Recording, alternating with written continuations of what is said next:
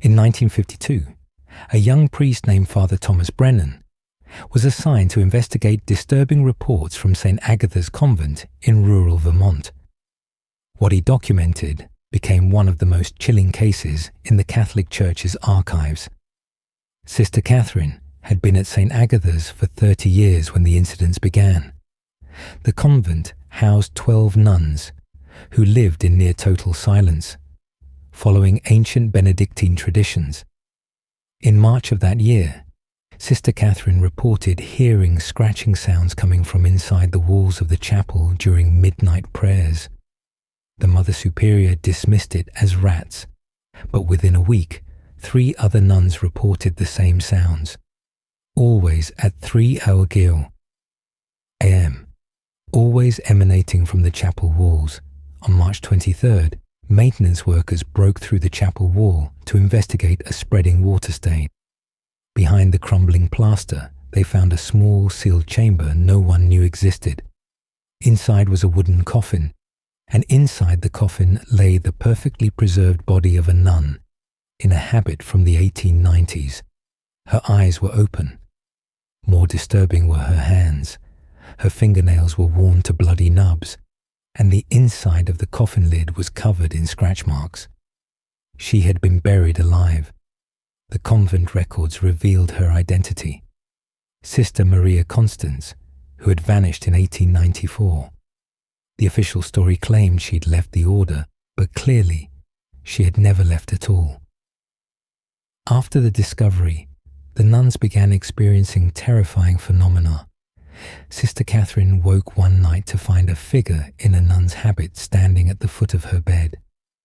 The figure's face was a mass of shadows, but its eyes glowed with a dim, rotten light. Sister Catherine tried to scream but found herself paralyzed.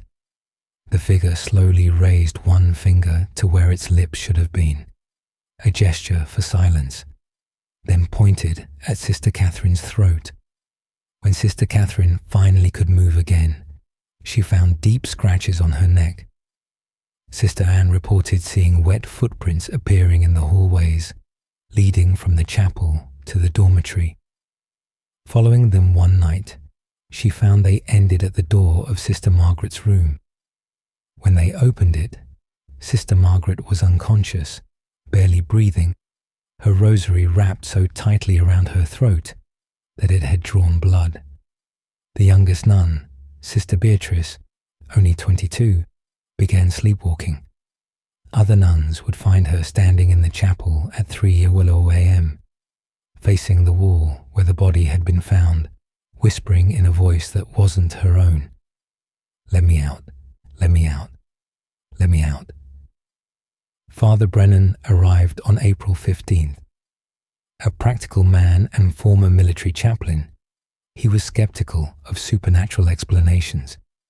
His first night at the convent changed everything.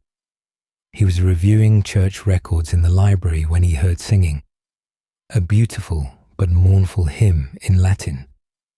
Following the sound to the chapel, he found Sister Beatrice standing before the altar, her back to him. As he approached, she turned around, but her face had transformed. Her eyes were completely black, and when she smiled, her mouth opened impossibly wide. "They buried me screaming," she said in a rasping voice that echoed. "They said I was possessed. They said I was mad. They sealed me in the dark." Father Brennan began praying, but Sister Beatrice began laughing. A horrible, choking sound. She collapsed, and when she came to moments later, she remembered nothing. Father Brennan spent days researching Sister Maria Constance.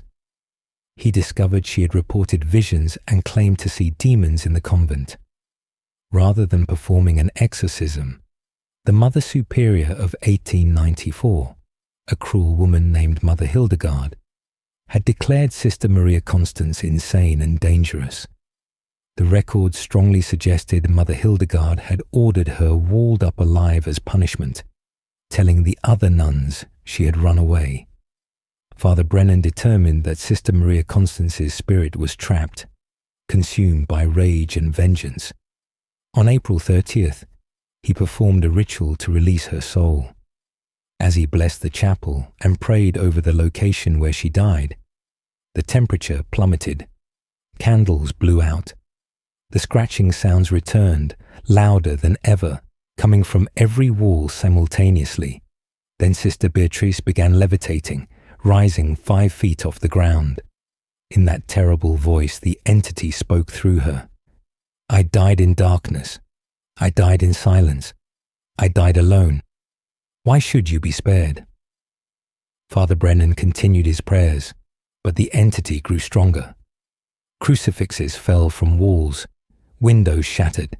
The other nuns huddled together, praying frantically. Finally, Father Brennan did something unexpected. He stopped the formal exorcism and simply spoke to Sister Maria Constance as a person. You were wronged, he said quietly. What they did to you was evil. You suffered terribly. But these women are not your murderers. Your vengeance is destroying the innocent. Let me help you find peace. The chapel fell silent. Sister Beatrice slowly descended to the floor.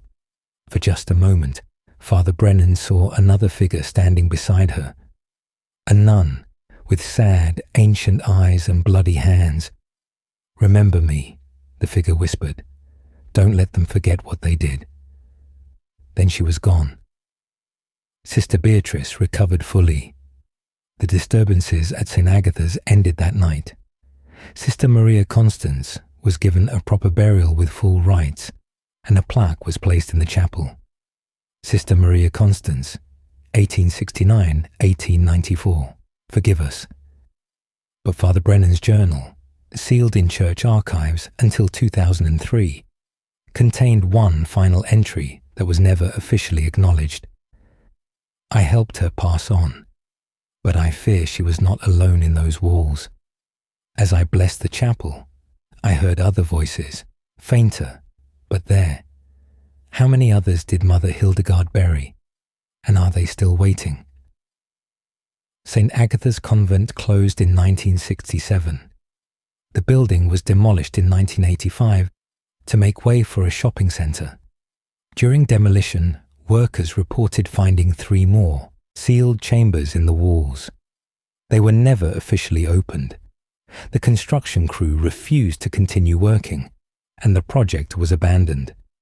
The half-demolished ruins still stand, surrounded by a chain-link fence. Locals refuse to go near it after dark. And on certain nights, if you stand outside the ruins at 3 a.m., people say you can still hear scratching coming from beneath the ground.